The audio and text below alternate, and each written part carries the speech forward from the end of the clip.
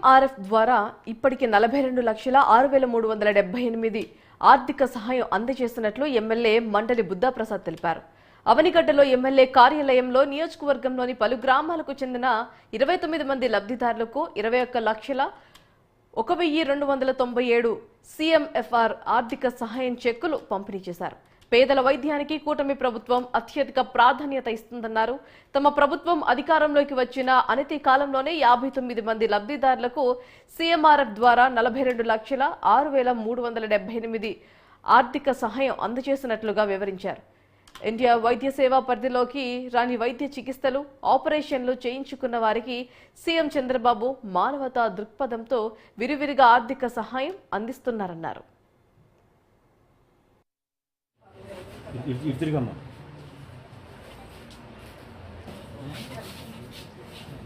ఓ పక్కన ఎన్టీఆర్ వైద్య సేవ ద్వారా సహాయం అందని వారికి తమ సొంత ఖర్చులతో వైద్యం చేయించుకున్న వారికి ఈ రోజున ముఖ్యమంత్రి సహాయం అందించి ఓ మానవతా దృక్పథంతో ప్రతి ఒక్కరికి కూడా ఆరోగ్యాన్ని అందించే విషయంలో సహాయపడాలన్న ఒక గొప్ప ఉద్దేశంతో చంద్రబాబు నాయుడు గారు చాలా విరివిగా ముఖ్యమంత్రి సహాయం నుంచి మంజూరు ఇస్తున్నారు. ఈ రోజున దాదాపు 29 మందికి అవనిగడ్డ నియోజకవర్గంలో 21 లక్షల రూపాయల బలము ఇక్కడ చెక్కులు ఇవ్వటం జరిగింది.